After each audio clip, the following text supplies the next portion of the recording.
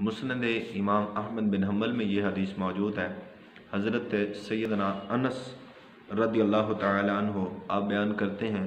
کہ رسول اللہ صلی اللہ علیہ وآلہ وسلم سے جو بھی چیز اسلام کے نام پر مانگی جاتی، جو بھی چیز اسلام کے نام پر مانگ لی جاتی، تو میرے محبوب صلی اللہ علیہ وسلم اسلام کے نام پر آپ وہ چیز اس کو عطا فرماتے۔ آپ صلی اللہ علیہ وسلم وہ اسے دے دیتے۔ جو بھی آپ سے سوال کرتا اسلام کے نام پر، میرے محبوب اتنے سخی تھے کہ آپ اس کو وہ چیز عطا فرما دیتے۔ حضرت سیدنا انس آپ بیان کرتے ہیں کہ ایک دفعہ ایک آدمی آیا اور اس نے آپ صلی اللہ علیہ وسلم سے سوال کیا، اور سوال اتنا بڑا تھا، اتنا زیادہ تھا سوال،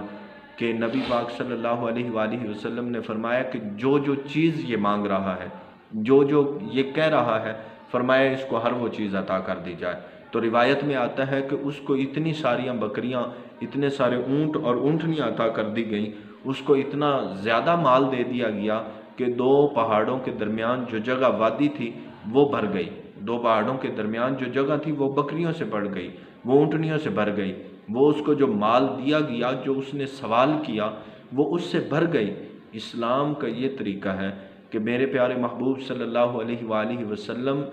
جو بھی سوال کرنے آتا اس کو اتنا عطا فرماتے۔ اور حضرت سیدنا انس فرماتے ہیں کہ جب وہ بندہ، جب وہ شخص، جب وہ آدمی اپنی قوم کی طرف واپس لوٹ کے گیا، اپنی قوم کی طرف واپس پلٹ کے گیا، تو اس نے دور سے یہ اعلان کرنا شروع کر دیا کہ اے میری قوم کے لوگوں، کلمہ پڑھو اور مسلمان ہو جاؤ، کلمہ پڑھو اور مسلمان ہو جاؤ۔ لوگوں نے پوچھا کیا ہو گیا ہے؟ تم تو کلمہ نہیں پڑھتے تھے، تم تو مسلمان نہیں تھے، آج کیوں دین کی تبلیغ کر رہے ہو؟ تو اس نے کہا کہ میں آج مسلمانوں کے نبی کے پاس گیا ہوں اور اسلام کے نام پہ ان سے مانگا ہے، اور انہوں نے مجھے اتنا عطا کر دیا ہے کہ دونوں پہاڑوں کے درمیان جو جگہ ہے وہ ساری کی ساری بھر گئی ہے۔ وہ اسلام ایسا اسلام ہے کہ جس میں کوئی رہ کر فاقہ نہیں کر سکتا، جس میں کوئی بھوکا نہیں مر سکتا۔ میرے محترم معزز سامعین، آج ہم دیکھیں، ہم بھی مسلمان ہیں اور خود